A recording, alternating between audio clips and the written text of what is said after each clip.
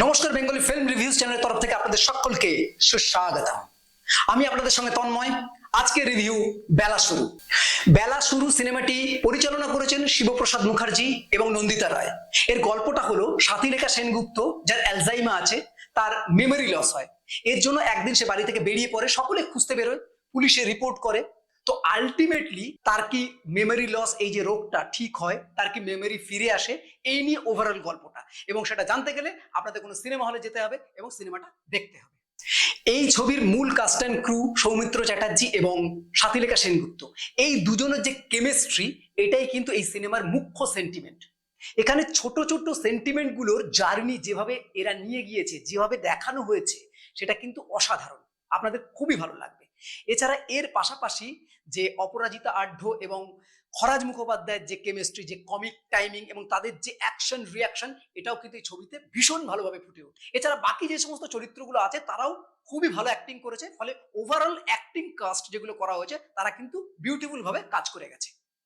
এবার যদি এই ছবির কিছু পজিটিভ পয়েন্ট দেখি, সেখানে প্রথমেই বলতে হয় কাস্টিং। সৌমিত্র চ্যাটার্জি এবং সাথীলেখা সেনগুপ্তের যে অভিনয়, সেটা আগেই বলেছি অনবদ্য। এছাড়া একটা জায়গায় আমরা দেখতে পাই যে সৌমিত্র চ্যাটার্জিকে তার ছেলে বলে, তুমি প্রায়শ্চিত্ত করছো। সেই জায়গায় সৌমিত্র চ্যাটার্জি কোনো কথা না বলে জাস্ট চলে যায়। এই যে না বলে যে উত্তর দিয়ে দেওয়া, কোনো কথা না বলে যে সাইলেন্সের মাধ্যমে যে উত্তর দেওয়া, এটা জাস্ট হার্ট টাচিং। আর অন্যদিকে যদি আমরা দেখি সাথীলেখা সেনগুপ্ত, সে অসুস্থ, তার একটা মেমোরি লস, এরকম একটা প্রবলেম রয়েছে। তো এইরকম একটা জায়গায় যেভাবে পুরো ব্যালেন্স মেনটেন করে তিনি অভিনয়টা করছে, সেটা জাস্ট দেখবার মতো। বিশেষ করে সাথীলেখা সেনগুপ্তর মনামিকে যে থাপ্পড় মারার দৃশ্যটা, সেটা কিন্তু জাস্ট অনবদ্য। আপনারা হলে বসে এই ছবিটি, এই দৃশ্যটা যখন দেখবেন, আপনারা টাচ করে যাবে, আপনারা জাস্ট অনুভব করতে পারবেন পুরো দৃশ্যটাকে। এই ছবিতে একটা দৃশ্য আছে, নদী দিয়ে একটা নৌকা চলে যাচ্ছে।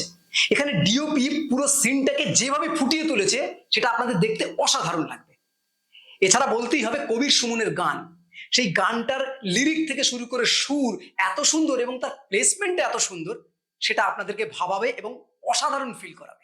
এবার যদি এই সিনেমাটার নেগেটিভ পয়েন্টের কথা বলতে হয়, তাহলে একটা কথাই বলতে হবে, বেলা শুরু সিনেমাটা যেভাবে চলেছে, ওভারঅল সিনেমাটাকে আমরা যেভাবে দেখি, তাতে নেগেটিভ পয়েন্টের জায়গা কিন্তু খুব বেশি থাকে না।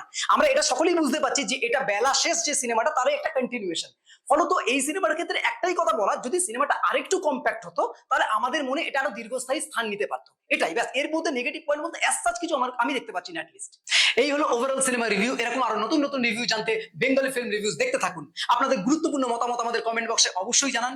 বেঙ্গলি ফিল্ম রিভিউজ সোশ্যাল মিডিয়াতে সব জায়গায় অ্যাভেলেবেল আছে, আপনারা আমাদের ফলো করতে পারেন। বাংলা সিনেমাকে এগিয়ে রাখুন, বাংলা সিনেমার পাশে থাকুন। Thanks for watching.